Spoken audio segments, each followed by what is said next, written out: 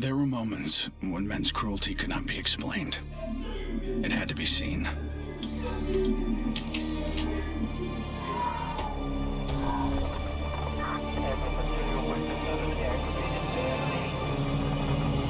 The perfect shot pierced our numbness, sent up a flare to save the next generation, and said, "This is where we've been. Don't follow." Then there was no one left to heed the warning. And the only one left to save was yourself.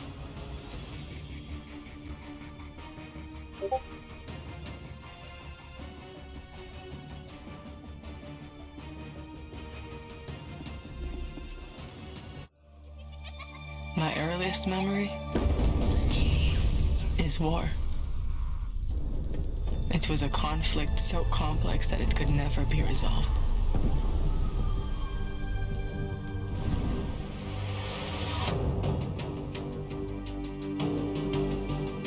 But this war isn't complicated.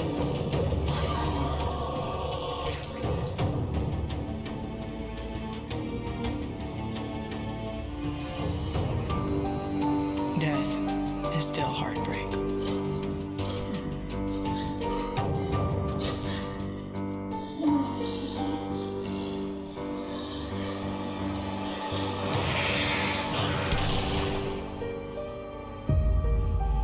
But a kill is a kill.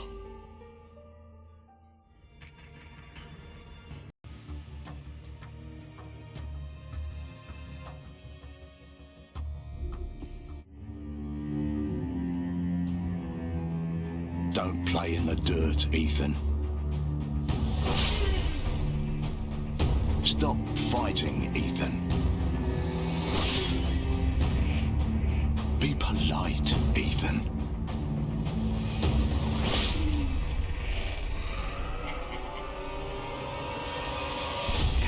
We can suppress the animal instincts all we want, bury them under layers of polish. But they exist for a reason.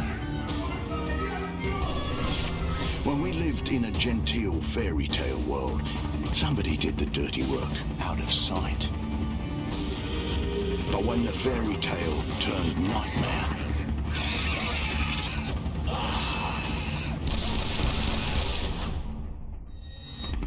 those instincts were the only thing that kept us alive.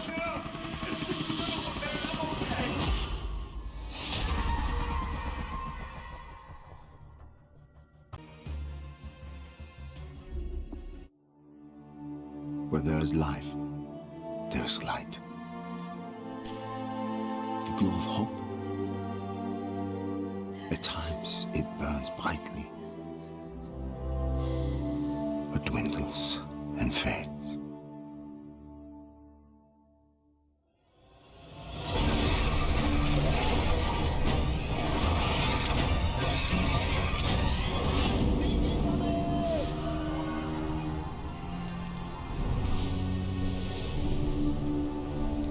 Once it is lit,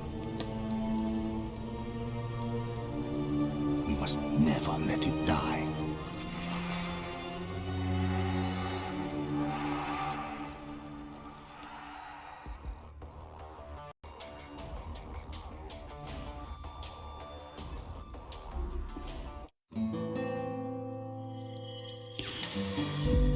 I was born into this life. I suffered for it. And reaped the rewards. I could tell you that I didn't want it, that I tried to get out. But I got no reason to lie anymore.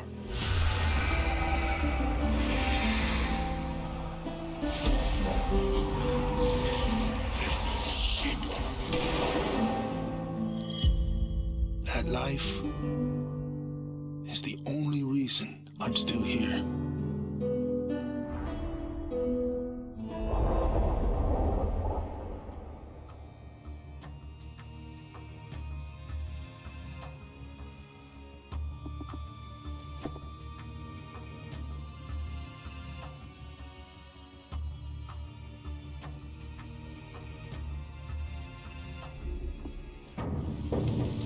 We're so small, really.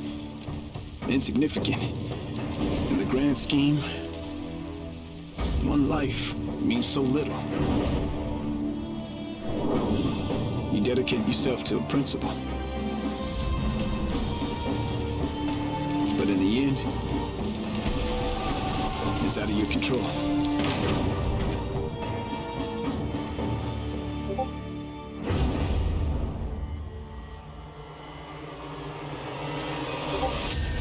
In this world, principles get you killed. You lend a hand, it gets torn off. You hesitate, you die. So you want to save someone? Save yourself.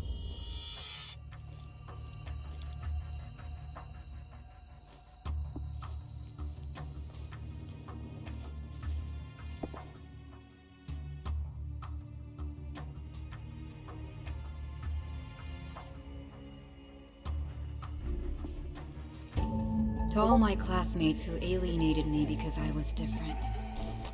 To anyone who never gave me a chance. To the people who ignored me while I hid behind zeros and ones. Thank you.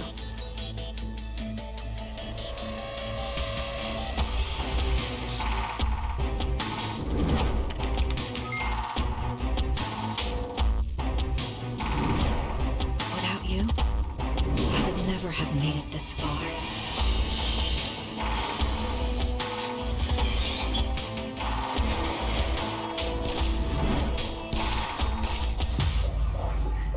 I would have been weak and dependent. I would have ended up just like you.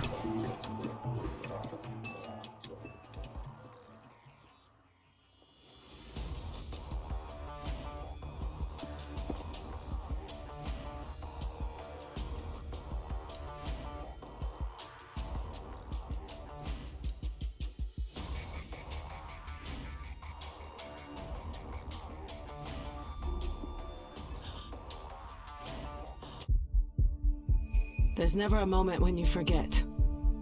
It's there when you fall asleep, and when you wake up.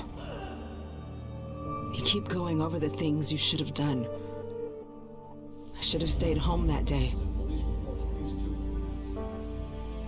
I should have held on.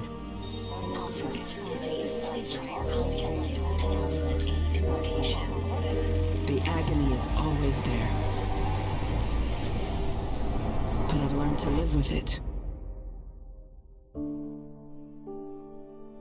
Because the only thing stronger than regret is hope.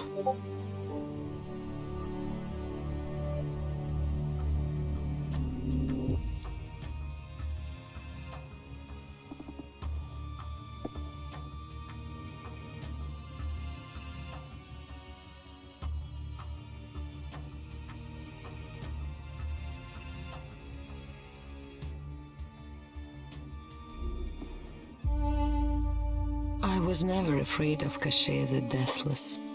I laughed at the fairy tale of this undead phantom. A woman of science would never fear such silliness. But what do we know?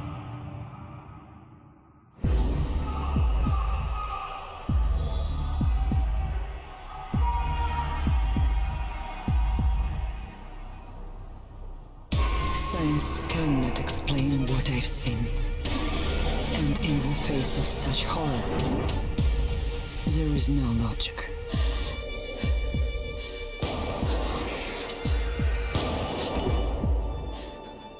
Only faith.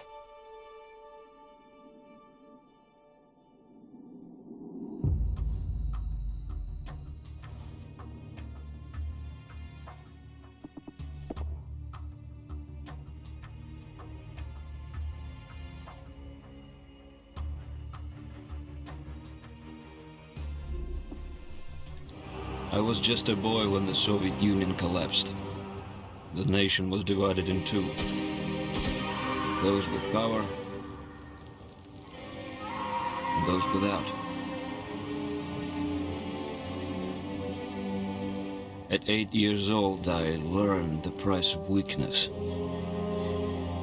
And I vowed never to pay that price again. I became the strong man. I gathered wealth, influence, and power. But nature is indifferent to the hierarchy of men. Once more, she burned my world to ashes, leaving only bitterness and the rage I would need to survive.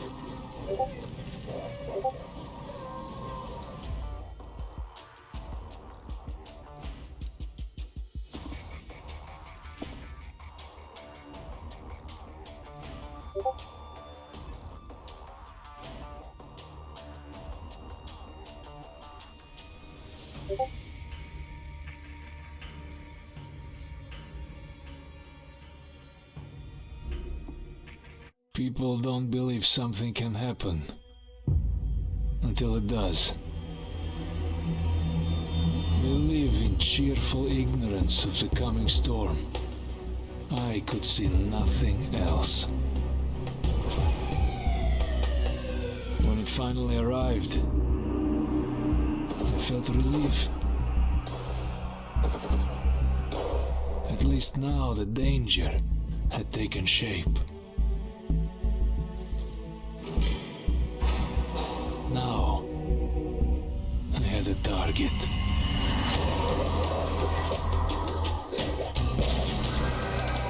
And I didn't have to fight alone.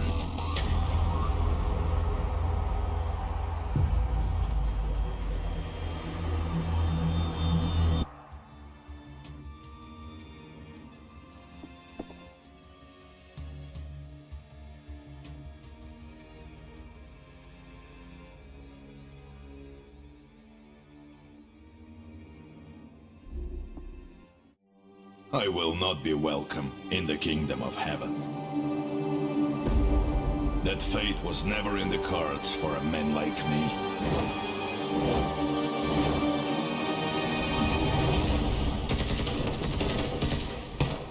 The Lord had other plans.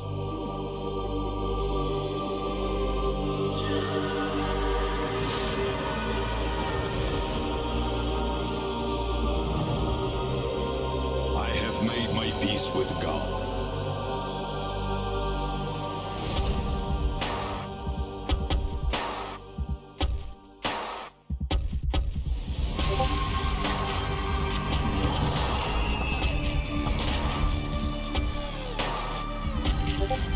He is with me in this life, and that is enough.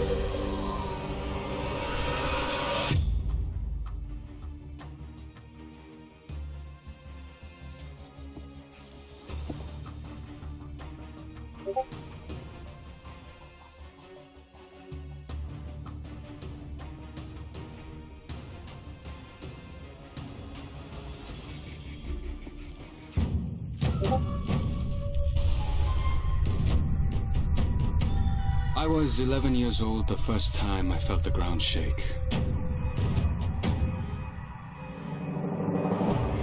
My instinct was to leave, but my grandparents wouldn't hear of it.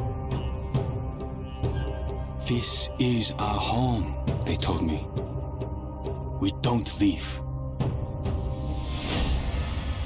I came to live by that code. Earthquakes, tsunamis, typhoons, they're all part of life here. We accept them. We don't leave. When the evacuation was announced, I rejected it. This wasn't our way. Then I saw them. And I understood. This wasn't another disaster. This was a war.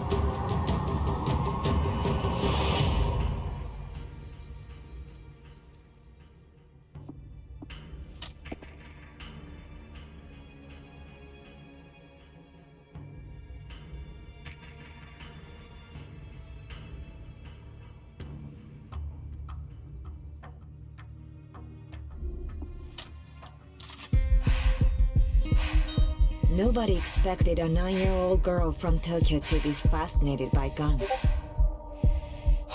Nobody imagined a 22-year-old university senior would drop out and train for the biathlon. Nobody believed that the daughter of a salaryman could win Olympic gold. And nobody predicted that a necrotic plague would decimate our planet's population. But life is all about the unforeseen.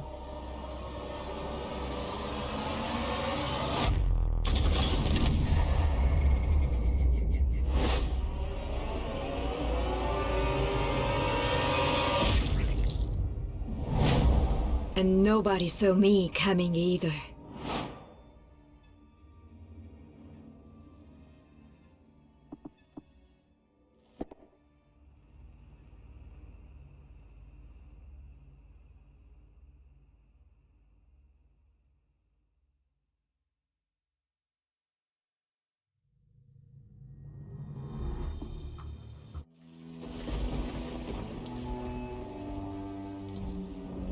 I always wanted to be a cop.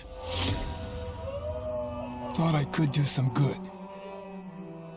But the scum on the street kept destroying lives. While I was wrapped up in red tape.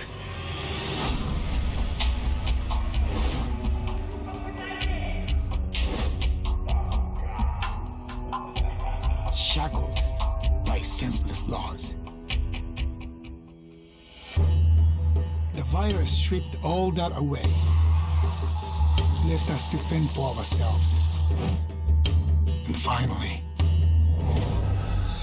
the chains were off.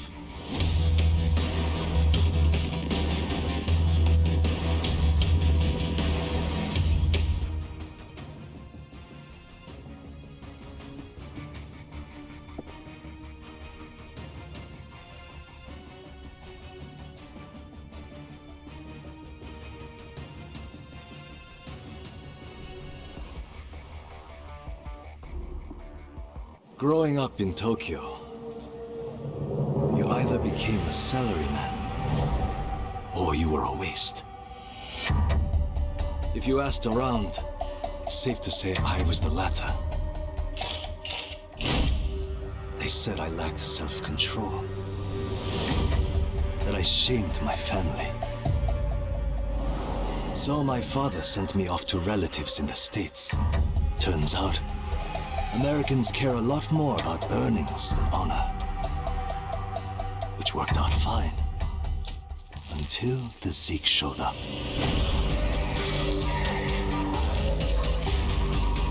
The Japanese decided to evacuate. They didn't have the firepower to fight. But I had special skills. So when everyone else was leaving, I went.